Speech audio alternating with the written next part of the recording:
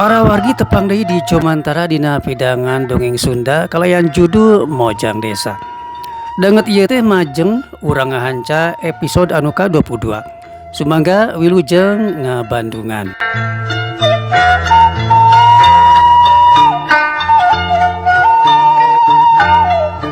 Sakumaha biasa rengse ngadares Al-Qur'an. Teu langsung bubar. Bari nungguan datangna waktu Isya, si Abah nepikeun tausiah ka Lilis jeung ka Anwar. Ngeunaan pentingna ngalaksanakeun wudu anu bener sesuai jeung sunnah. Di zaman Rasulullah Shallallahu Alaihi Wasallam, aya sekelompok jalma ngalaksanakeun wudu bangun anu rurusuhan. Alatan sieun tinggalin sholat asar berjamaah. Sehingga wuduna teu bener. Keneungna teu kakumah. Eta jalma ku Rasulullah ditegor. Dibere nyaho ngeunaan ancaman neraka pikeun jalma anu wuduna teu bener. Reg si Abah nyaritana eureun heula. Top kana emu kergot nginum kawantu ti corona karasa tuhureun. Geus kitu pok deui nuluykeun carita anana. Ari Lilis jeung Anwar estu sargep pisan ngabandungan. Dina hadis anu sahih anu diriwayatkeun ku Imam Bukhari jeung Imam Muslim bersumber ti Abdullah bin Amr radhiyallahu anhu. Wirahna nalika Rasulullah kembali ke Mekah menuju Madinah, di perjalanan menyakan sekelompok jalma anu keur ngalaksanakeun wudu. Sakumaha tadi dihareup dicaritakeun. Jalma anu keur ngalaksanakeun wudu bangun gurung gusuh pisan. Cenah mah sieun katinggalin salat asar berjamaah. Katinggal ku Rasulullah keneung-keneungna teu kakumbah. Lajeng Rasulullah negor, kira kata keneung-keneung anjeun teu kakumah. Bari semeunang ancaman teh seuneu neraka. Sampurnakeun wudu aranjeun sing bener.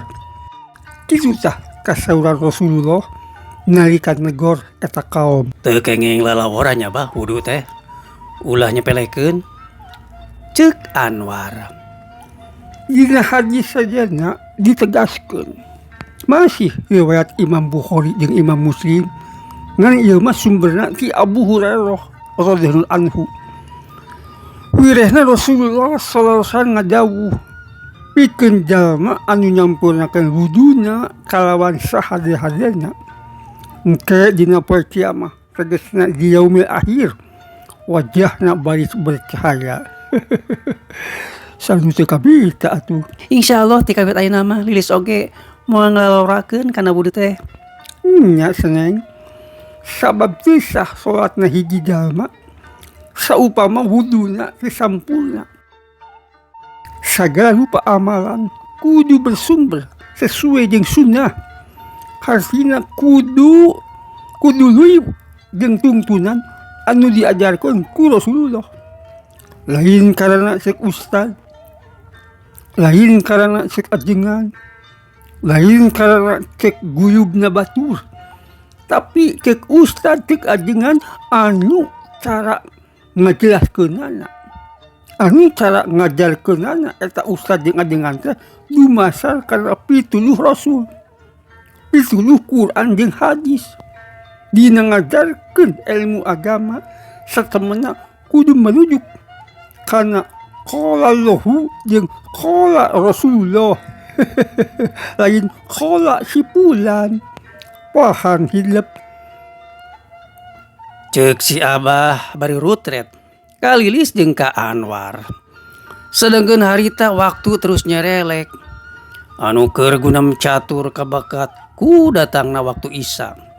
Rengse ngalaksanakeun salat Isya berjamaah di tajuk. Lilis mah terus ngoloyoh ka kamarna rek istirahat. Pun kitu keneh Anwar oge lila-lila mah muru ka kamarna. Ari si Abah ngadon sila anekak di tengah imah. Katingalina bangun anu keur ngahulang ngaraga meneng.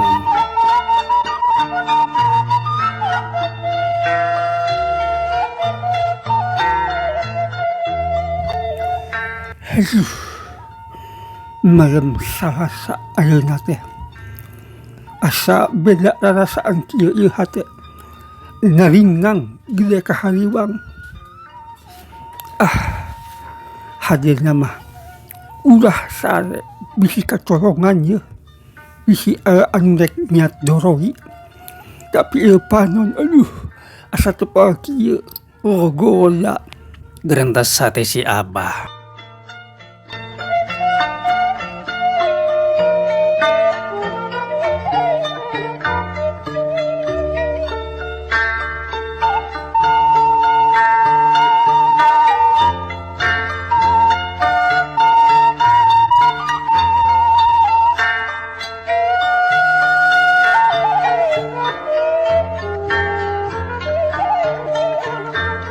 Kayaan peuting estu karasa jemping, cahaya bulan reyem-reyem, kahalangan ku mega hideung.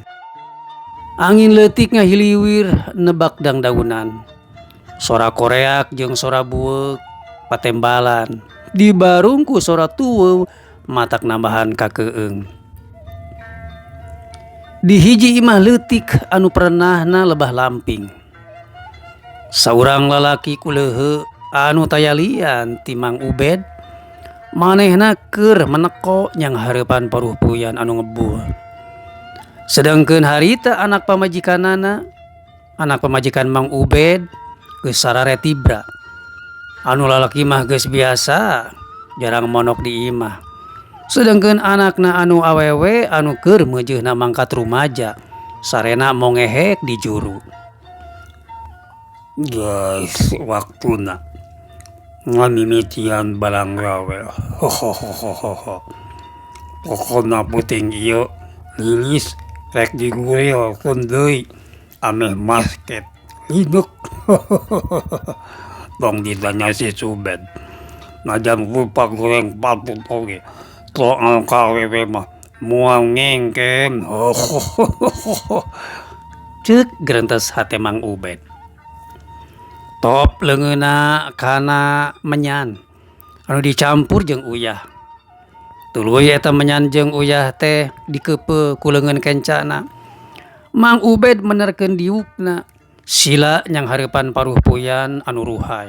Terus meuremkeun panonna, konsentrasi, bibirna kunyem-kunyem, pokna ngagarentes mapatkeun mantra.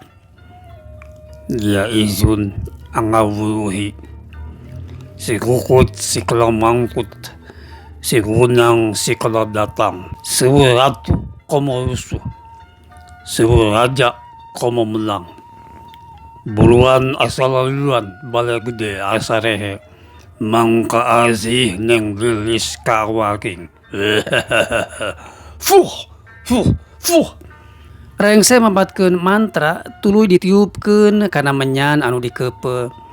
Saterusna eta menyan teh digebruskeun kana paruh puyan anu ruhak. Poropot, poropot, poropot.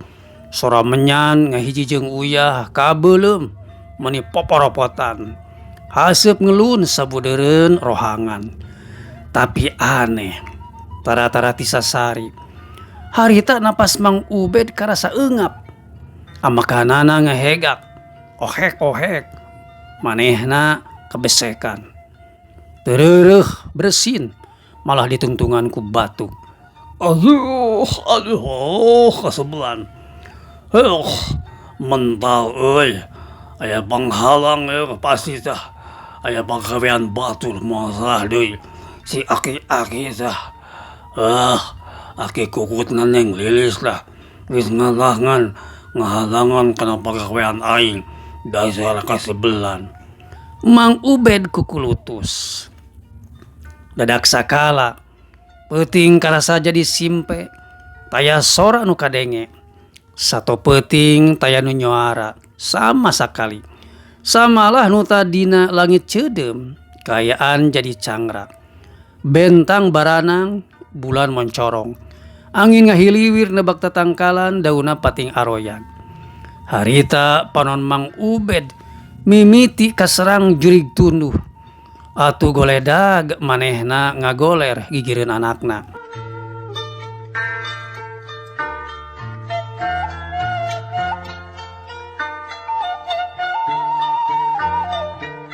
Angin karasa nyecep tiis.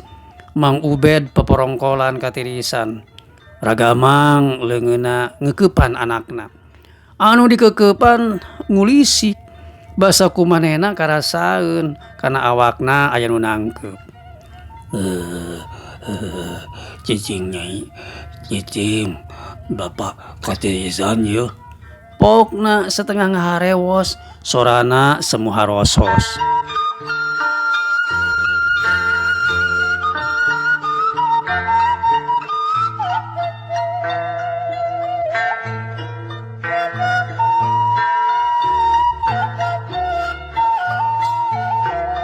Caturkeun isukna manuk ricit luhureun dahan kai. Harita Lilis karek rengse sarapan rek indit ka sakola. Anwar nyarita ka si Abah cenah sapada jajab Lilis rek tuluy nepungan Aki Utuy. Rupina sabada ngajajabkeun Lilis abdi bade teras nepangan deui Aki Utuy bah. Margi masih aya hanca obrolan anu teu acan kaguar. Kitunya Jayu. Heug atuh. Tembal si Abah.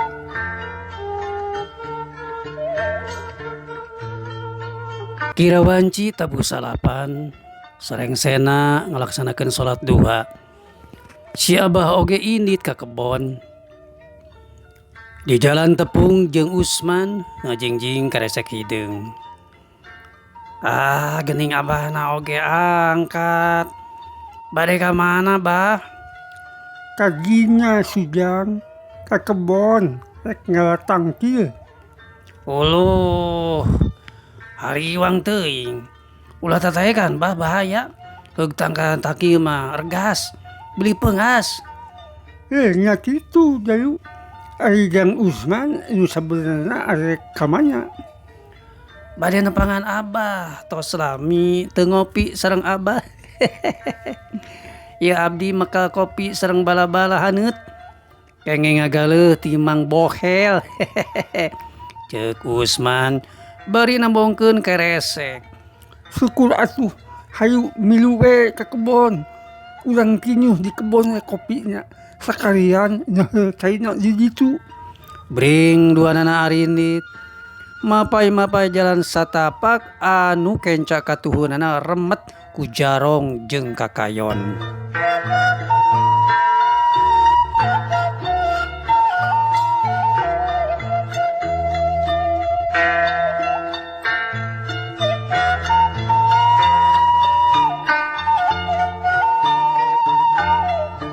Anjog ke kebon si Abah langsung murutang ka tangkir. Anu buahna lumayan meuhpeuy. Dituturkeun ku Usman. Nyawe bah meni leubet kieu geuning. Ceuk Usman bari tatanggahan. Kade aringis meni luhur kitu geuning tanggana oge bah. Keun we ku abdi nu naekna. Ceuk Usman bari singkil. Abah mah antosan we tulah di handap. Ceuk Usman bari terekel naek. Sawatara Usman jongjon gugun tayangan bari metikan buah tangki. Ari si Abah mah ngadon mulungan tangki anu maruragan ka handap. Sarta tuluy diwadahan kana kantong keresek meunang haja bawa ti imah. Sabada rengse barang gawe Usman jeung si Abah ngadon reureuh di saung. Lumayan oge bebeunanganana aya kana sakeresekna. Duanana harita di saung nyang hareupan cai kopi anu cikeneh meunang ninyuh. Lalawuhna bala-bala tea. Tadinya mah rek kamari ngalatang kieu teh. Ngan teu kaburu. Abah kamari ka kebon kitu? Nya ngasampe jeung Lilis nyaho teuing. Da ngadak-ngadak hayang comro Abah teh. Bari hese geuning ngadaharna oge. Da ompong teh ya uhuntuan. Ih, nanya-nanya sareng Lilis mah atuh bah. Nah teu ngajak ka abdi. Tos lami pan abdi teu penak sareng Lilis. Sono Ida. Naon sono Ida Sujang? Muhun sono kacida abdi ka Lilis. Sama sekali teu kapikir Sujang nyamper hidup. Malah mah lila Abah teh ngeleuhkeun kacape di dieu ieu nya kitu bari ngobrol gunam catur. Sabot si Abah Jongjon Raweco bari ngabandungan teh. Harita Usman bari Jongjon cacamuilan ngopi bala-bala disurung diguguntur ku cai kopi. Regot bangun nikmat nakaranan. Bah ti payun abi teh kantos ngobrol sareng Abah. Ngeunaan mangsa teh Abah anu hoyong gaduh artos sakarung teh geuning. Nya Sujam. Terus kumaha kitu? Abdi nguping wartos ayeuna mangsa teh saurna hirupna kadungsang-dungsang bah. Hartana seep di calan dianggo moda ngalantrah milarian tempat-tempat karamat sareng milarian jalmi pinter saurna teh alias dukun lepus. Karunya teuing. Nya tak bongan manehna sorangan. Bet salah kaprah si saca mah. Saur Gusti Allah oge sagala kasusah anu karanapan bongan diri urang keneh sorangan. To irukum ma'akum kitu dina Quran surah Yasin disebutkeun. To irukum ma'akum kasusah nu karanapan bongan diri urang sorangan. Itu saur mansana. Si Abah nyaritana bangun anu ngangres. Padahal anu ngarantarankeun ayana kanikmatan jeung kabahagiaan hirup teh ukuranana ieu lain kurana dunya barana, tapi mungguh syariat Islam mah anu ngaranna kanikmatan hirup teh nyaesa bisa ngalaksanakeun kataatan mangrupa ibadah jeung paham ngararapkeun ajaran agama sesuai jeung tuntunan Quran Sunnah. Si Abah nyaritana kalawan daria pisan serius. Yeuh Sujang. Pikeun jalma iman bari mibanda ilmu hirupna moal ngarandapan sangsara. Sabab inya nyaho yen sagala rupa kunci hirup jeung kahirupan ayana dina Al-Qur'an. Upami hoyong seueur harta kumaha tah bah carana? Hirup mah ukeukeut soal harta we. Yuh, masalah harta, masalah rezeki geus aya kulakna saurang-saurangna sawang-sawanganana. Allah anu ngatur rezeki urang. Allah anu ngatur rezeki sakabeh hamba. Ngan dina ieu Allah mere pituduh. Cenah lamun urang hayang loba harta, geura prawe robakeun istighfar. Istaghfiru rabbakum. Laras eta teh bah. Saur Allah eta teh dina Al-Qur'an surah Nuh ayat ke-10. Kurang lagi mah baca ku hidup. Surah Nuh ayat 10 nepi ka ayat 12. Atra tur pertela eta perintah Allah. Nu ngalobro tamah pogot. Cai kopi dina cangkir sewang-sewangan kari saparapatna deui. Poe beuki nyerelek maju ka beurang.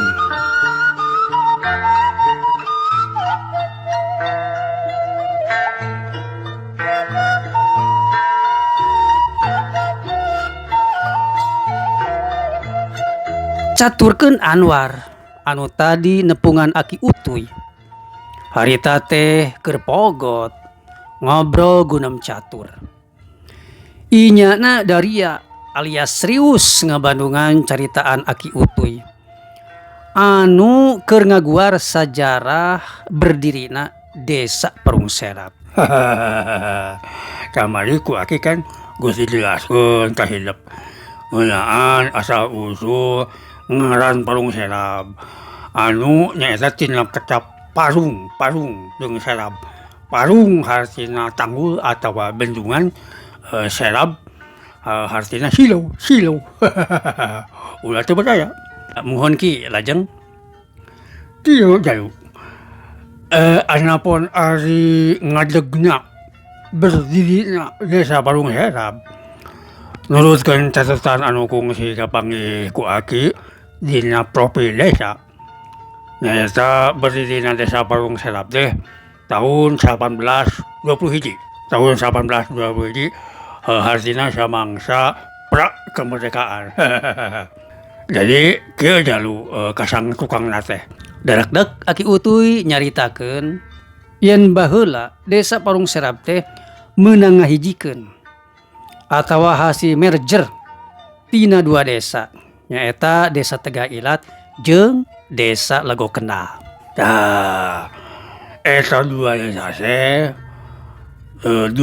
eta dirikeun jalu jadi we desa Parung Serap dina tahun 1821 teh ku epukana pamarentah Belanda, pamarentah kolonial Belanda. Depi desa Lego Kendal ieuna wilayahna mana wae tah Ki? Ya we. Kampung Simpang Wetan, Kampung Murugul, Kampung Awek, terus Kampung Lego Kendal, Kampung Mujid, jeung Kampung Panjinangan. Eta tah anu kawangku asup ka wilayah desa Lego Kendal teh. Atuh anu kawangku ka desa Tegailat. Nyata Kampung Cicariu, deket Kampung Tegailat, terus Kampung Tengah Caang, Kampung Cikopo, Kampung Baraanta, jeung Kampung Parung Serap. Itu dah, berarti budaya. Satuluyna Aki Utuy nyaritakeun yen samangsa inyana samangsa dirina jadi pamong desa diayakeun penertiban wilayah dusun jeung wilayah RW. Jadi 2 dusun jeung 16 RW. Aki eta teh anu nasibkeunana anu boga alpukahna alhamdulillah nu nyepi ka kiwari can roba-roba. Ulah teu percaya. Penjelasan Aki Utuy estu jentre katarimana ku Anwar. Sedengkeun harita wanci geus ngagayuh ka lohor. Sora azan geus kadenge ti sababaraha mushola. Satuluyna Anwar pamitan.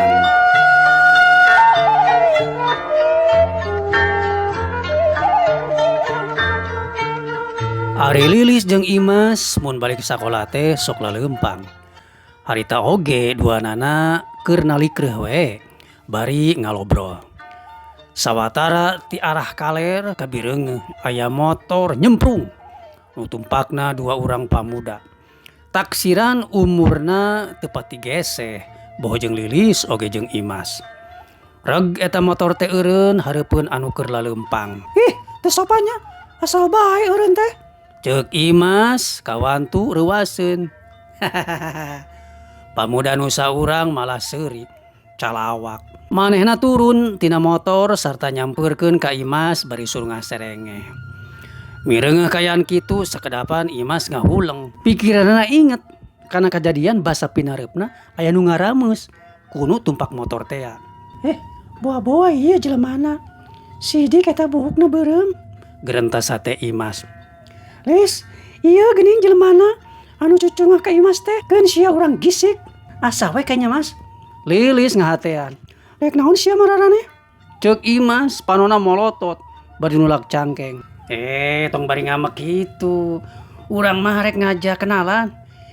Teu sarodi teuing, teu rayang teuing. Berkenalan jeung jelema cucungah. Ulah sok kitu gelis-gelis somong. Kenalan ju.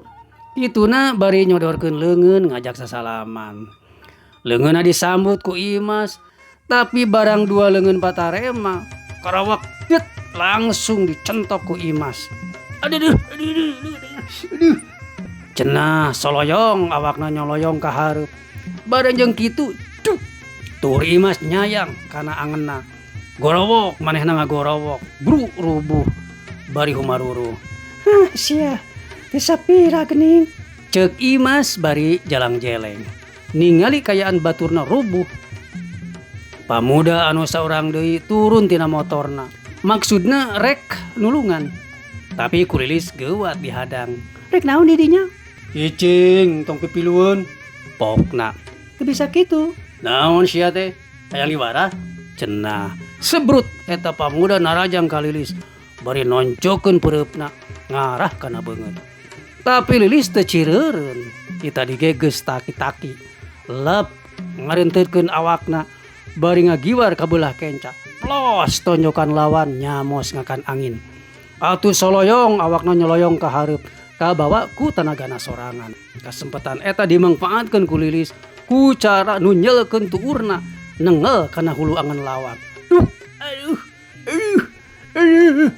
lawan ngoceak bru labuh bari muringis nahan ka nyeri hayo sia hudang awas ya rasakeun ye bablas ti aing pira kada tanaga awewe eta pamuda tuluy hudang awakna langsung nyuruduk rek nubruk awak Lilis teu beda we ti begu nu kitu meureun nu disebut gerakan bagong mogok pikeun Lilis mah gampil pisan nyang hareupanana ku cara ngagiwar bari metakeun dampa sukuna kana kekemplong lawan anu tumratna lawan langsung ngajungkeun nang karak bengkang ti peuntaseun jalan kadenge anu surak bari keprok sing oreng ti tadi roba jelema naringali hebat euy incu siapa hebat teu sangka bisa gelut kitu pokna sedengkeun harita Imas masih keneh hut-het jogo jeung baturna nu hiji deui teh gabrug si pamuda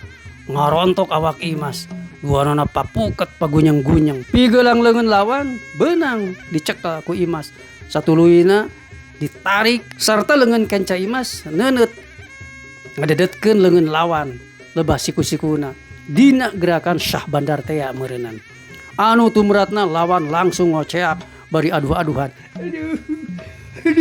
ampun pek sia rasakeun epes meer geuning teu sabaraha geuning tah tanagana kalah polontong we dikahijikeun ceuk Imas bari ngelesotkeun kuncian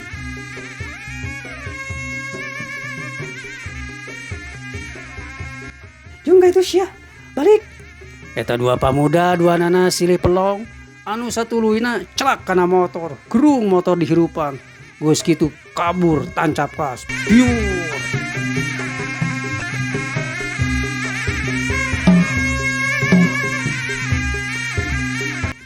Boh Lilis sumawona Imas ngerasa heran dirina bet ngadak-ngadak bisa bela diri tapi parengker kitu harita reg aya motor eureun hareupeunana mana horeng Anwar meureun anu pareng ngaliwat ka lebah dinya atuh celak dua nana langsung nara naik satuluyna motor maju ninggalkeun eta patempatan hanya kapisan para wargi tepang urang di Jomantara kasengker ku durasi insyaallah engke tepang deui dina channel anu sami salam baktos permios assalamualaikum warahmatullahi wabarakatuh.